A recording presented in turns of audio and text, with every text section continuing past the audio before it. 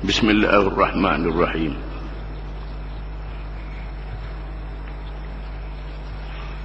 Ayat-ayat dan hadis-hadis mutasyabihat.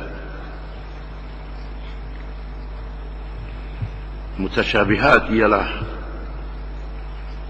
perkara-perkara yang tidak jelas maknanya kepada orang awam, yang tidak nyata, yang berkait dengan nama-nama dan sifat-sifat bagi Allah Subhanahu Wa Taala.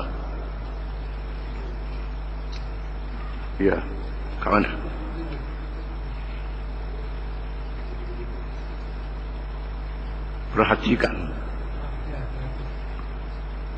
Perhatikan kalau kamu meletakkan sebuah buku di atas meja yang berada di bilik, kemudian kamu keluar dari bilik itu. Apabila kamu masuk semula, tiba-tiba kamu dapati buku tadi berada di kerusi pula. Sudah pasti buku itu tidak berpindah dengan sendiri. Mestilah ada orang yang memindahnya, kerana sifat buku itu tidak boleh berpindah dengan sendiri. Perhatikanlah pula kalau kamu masuk ke bilik seorang manusia sepertimu, lalu dia duduk di atas kerusi, kemudian kamu keluar dari bilik itu. Bila kamu masuk semula, tiba-tiba dia duduk di atas tikar, tidak lagi di atas kerusi. Kamu faham bahawa dia tidak pindah dengan sendirinya, kerana sifatnya boleh berpindah dengan sendiri, tidak seperti buku. Seterusnya perhatikanlah, manakala makhluk ini baharu, maka dia tidak ada dengan sendirinya. Mestilah ada yang mengadakannya. Maka ketahuilah pula bahawa Allah yang menjadikannya itu tidak seperti makhluk ini. Mestilah bersifat kesempurnaan, di mana dia berdiri dengan sendiri pada zat dan sifatnya, tidak berhajat pada yang lain pada segala-galanya. Ia bersifat dengan segala sifat kesempurnaan. Cukuplah sekadar itu. Semoga kita tidak melampaui batas kemampuan akal yang lemah ini. Dijelaskan bahawa di antara dalil adanya Allah Ta'ala, dan Allah Ta'ala bersifat dengan sifat kesempurnaan yang maha suci daripada segala sifat kekurangan, ialah melalui makhluk, melalui kejadian alam yang kita nampak tengok dengan mata kita dan boleh fikir dengan akal kita. Disebut contoh yang pertama ialah sebuah buku yang diletak di atas meja. Itu pada awal kita tengok. Bila kita pergi ke lain balik pula, tengok buku tu duduk tempat lain pula. Dan kita tahu sifat buku tu, dia tidak bergerak, tak ada kaki, tak ada mata, tak boleh bergerak, dia tak berjalan dengan sendiri. Mestilah ada yang memindahkan buku itu. Itu sifat makhluk. Sifat makhluk yang dia tidak ada dengan sendiri, tak bergerak dengan sendiri, mesti ada yang tukang menggerakkan dia. Begitulah juga alam, dia tidak ada dengan sendiri, mesti ada yang mengadakan dia, mesti ada yang menjadikan dia. Manusia pula duduk dalam bilik, mula-mula ada atas kursi, lepas tu duduk. Bukan orang akak dia, kita tengok dia boleh bergerak, maka dia menunjukkan dia pindah dengan sendiri dia. Itu sebahagian daripada makhluk yang Tuhan beri kemampuan kepada dia boleh berpindah dengan sendiri. Kemudian semua makhluk ini ada yang menjadikan dia. Dia tidak jadi dengan sendiri. Manusia tidak hidup dengan sendiri, tidak bernyawa dengan sendiri. Mesti ada yang menjadikan dia. bermula daripada manusia di dalam perut ibu dia. Tidak semestinya suami isteri boleh melahirkan anak. Ada yang tidak melahirkan anak. Anak yang dilahir tidak ikut suka dia, menandakan di sana ada yang maha berkuasa yang menjadikan alam ini. Begitulah alam yang lebih besar. Matahari yang beredar, bulan yang beredar, yang duduk di atas kepala kita. Matahari yang lebih besar daripada bumi yang berkali-kali ganda, beredar daripada timur ke barat tiap-tiap hari. Matahari ini bukan ada nyawa. Bumi pula bergerak, kita tak rasa bumi ini bergerak. Hari ini ada alat yang boleh mengesan bumi ini bergerak, dan kita melihat bagaimana peredaran bumi daripada matahari menentukan musim hujan, musim tak hujan, musim sejuk, musim panas.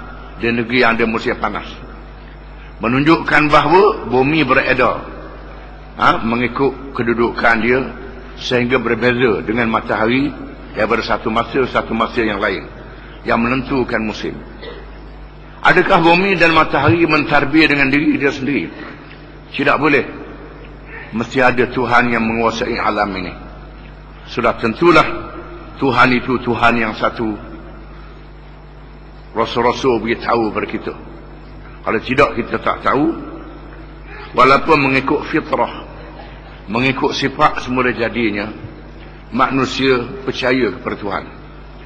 Sama ada yang mengaji, yang tak mengaji, yang duduk di bandar, yang duduk di hutan rimba belantara. Orang yang duduk dalam hutan tak mengaji langsung, percaya adanya kuasa ghaib yang menguasai alam.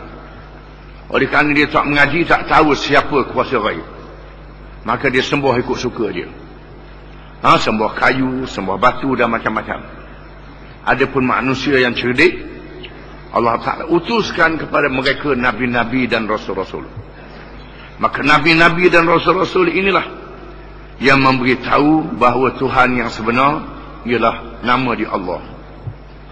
Allah, dia saja Tuhan, tidak ada Tuhan yang lain. Satu saja, itu makna Allah. Dan Allah mempunyai nama-nama. Nama-nama, tiap-tiap satu nama itu milik bagi Allah Ta'ala. Mengapa dia beri nama yang begitu banyak? Kerana nak menyatakan kelebihan Allah Ta'ala yang satu itu tak boleh dengan satu nama. Allah, dia saja Tuhan. Ar-Rahman, yang maha pemurah, pemurah kepada semuanya di dunia dan di akhirat. Ar-Rahim, yang pemurah dalam keadaan yang tertentu, keadaan yang tertentu. Az-Zahiru, yang zahir, yang nyata adanya dia dengan dalil-dalil dan bukti. Al-Batin, yang kita tak nampak dia, tak dapat lihat. Itulah Allah yang satu. Tak boleh nak sebut dengan satu nama saja, maka disebut dengan nama-nama yang banyak. Dan nama-nama ni adalah bagi Tuhan yang satu saja, iaitu Allah Subhanahu wa Ta'ala. Nabi-nabi dan rasul-rasul memberitahu kepada kita. Kita bermohon kepada Allah agar dibersihkan hati kita dari sebarang perasaan yang memesongkan iman kita daripadanya. Segala taufik dan hidayah daripadanya jua. Maka kita mengharapkan petunjuk daripada Allah Ta'ala yang menunjukkan kita jalan yang sebenar. Kita manusia ni walaupun ada akal, ada fikiran, boleh menggunakan akal, boleh menggunakan fikiran, boleh berfikir, boleh membuat kajian, tetapi manusia tetap mempunyai kelemahan-kelemahannya yang tersendiri. Oleh kerana itu, manusia yang tak ikut Nabi dan Rasul, pakar sendiri, menyebabkan jadi sesat. Ada yang membawa ajaran tak percaya pada Tuhan. Kononnya tak nampak, payah kira sangat, tak ada lah Tuhan. Bila terdesak, percaya adanya Tuhan. Bila naik kapal terbang, anjing kapal terbang mampu. Masa itu tidak ada yang boleh menyelamat. Masa itu dia percaya Tuhan tu ada, minta tolong. Ataupun dia pergi ke laut, dipukul ribut yang kuat di tengah malam yang gelap. Kapal nak tenggelam. Pelapung pula tak cukup. Ada pelapung pun tak jadi apa. Masa itulah fitrah ataupun sifat semula jadi yang ada dalam diri manusia, percaya kepada adanya Allah, adanya Tuhan. Dan di sana ada pula manusia yang percaya kepada adanya Tuhan. Bagaimana nak sembah Tuhan? Bagaimana nak kenal Tuhan? Pakai akal sendiri. Tak pakai petunjuk Nabi-Nabi dan Rasul-Rasul. Manusia yang menggunakan akal, yang menolak petunjuk Nabi-Nabi dan Rasul-Rasul ini, walaupun sekedip jadi bodoh. Sembah batu. Sembah batu. Sembah kayu. Sembah lembu. Sembah macam-macam. Dakwah nak buat macam mana nak sembah Tuhan. Tak mau ikut Nabi. Akhirnya ambil batu. Pahak. Pahak buat rupa Tuhan sembah. Batu dia pahak tu uduh pada dia. Perut bucik lah macam-macam. Rupa tak jenis. Pergi sembah pula. Comel dia pada batu tu. Ini kebodohan bila manusia tidak menerima petunjuk Nabi-Nabi dan Rasul-Rasul alaihi wassalatu wassalam. Termasuklah dalam perkara hukum hakam. Perkara hukum hakam. Mereka menolak syariat Allah Ta'ala, buat undang-undang sendiri dalam perkara yang tidak diizin oleh Allah Ta'ala. Di sana ada perkara yang Allah Ta'ala izin. Kamu boleh buat peraturan mengikut akal kamu sendiri. Kita nak masak makanan banyak mana hari ni, guna akal berapa orang nak makan. Secukup bagi seorang banyak mana, boleh pakai akal. Nak buat jalan raya berapa jauh, nak pergi setara mana, berapa luas banyak kenderaan lalu, maka diukur jauh mana dan luas mana jalan raya itu. Ini boleh guna akal. Nak buat rumah, besar mana rumah, nak melindungkan diri daripada panas, daripada cuaca yang tak molek, bagaimana keselamatan diri, boleh guna akal. Pakaian tebal nipis dia, nak tahan sejuk, tahan panas setara mana, ukur dengan tubuh kita, padan dengan tubuh, itu boleh guna akal. Di sana ada perkara yang Tuhan tetapkan peraturan dia. Ini halal, ini haram. Halal dan haram. Wajib menutup aurat. Menutup aurat hukumnya wajib. Ini tak boleh pindah. Jangan kita kata boleh buka aurat. Ini ketetapan daripada Allah Ta'ala. Nak pakai warna apa, pasal apa, itu mengikut kesesuaian lelaki dan perempuan dan negeri masing-masing. Tidak menjadi salah. Tapi tutup aurat wajib. Bukan saja masa semayang. Masa tak semayang pun kena tutup aurat. Kenapa? Kerana Tuhan nak muliakan manusia. Manusia tak tahan dengan sejuk dan panas, bukan macam binatang, kulit dia tebal, ada bulu, tak malu pula binatang. Manusia ni ada rasa malu, maka perlukan pakaian. Maka Allah mewajibkan tutup aurat mengikut maruah dan harga diri mereka. Ada manusia yang tak ada harga diri, buka aurat. Yang buka aurat ni yang tak ada harga diri. Harga diri tak ada macam binatang. Tak lewat ke dengan pupuk binatang. Kita akan baca hadis sikit lagi. Bagaimana dosanya mereka yang membuka aurat ini. Allah Ta'ala beri kemuliaan kepada dia. Tiba-tiba dia hina diri dia macam binatang. Buat diri dia macam binatang. Padahal Tuhan muliakan dia. Buat hina diri macam binatang. Buka aurat. Lepas tu buang pula lomo. Dia mata biru macam beruk. Macam ke. Coceng pula bila dia macam binatang. Tak jadi macam manusia. Ini sudah lari daripada martabat dan harga diri manusia. Di sana ada peraturan yang Tuhan tetap. Di sinilah kita memerlukan percaya kepada Tuhan melalui nabi-nabi dan rasul-rasul. Bukan saja dalam perkara menyembah, termasuklah dalam perkara cara hidup kita, di mana syirik menyekutukan Allah dengan sesuatu yang lain. Bukan sahaja menyembah patung dan berhala, termasuklah juga mengadakan peraturan-peraturan dan cara hidup yang lain daripada ketetapan Allah Ta'ala. Kerana firman Allah Ta'ala, am lahum syuraka syara'u lahum minad din ma lam ya'zam bihillah. Adakah mereka itu mempunyai sekutu-sekutu yang boleh membuat hukum syariat dan peraturan, ini halal, ini haram, ini boleh, ini tak boleh, dalam perkara yang tidak diizin oleh Allah Ta'ala. Perkara yang Allah Ta'ala tak izin, dia buat satu peraturan yang lain. Bila kita mengaji ilmu tauhid, ilmu akidah, kena Allah Ta'ala, maka kita faham sifat-sifat Allah Ta'ala. Di antaranya Allah Ta'ala bersifat dengan ilmu, tahu. Allah Ta'ala bersifat dengan kalam, berkata-kata. Bila kita buat peraturan yang lain daripada peraturan Allah Ta'ala, Allah Ta'ala kata orang curi kena kerat tangan. Nabi aja syarat-syarat dia begian-begian. Maka kita buat undang-undang lain, pakai dia saja pencuri. Adakah kita tak percaya pada ilmu Allah Ta'ala? Allah Ta'ala tahu. Kitab Allah Ta'ala adalah kalam Allah Ta'ala. Sedangkan kita mengaji sifat 20 ke 13 ke dan sebagainya, Allah Ta'ala wajib bersifat dengan ilmu dan kalam. Di sini banyak orang dia mengaji, tapi sokong undang-undang yang tidak Islam. Menandakan dia mengaji saja, dia tak erti.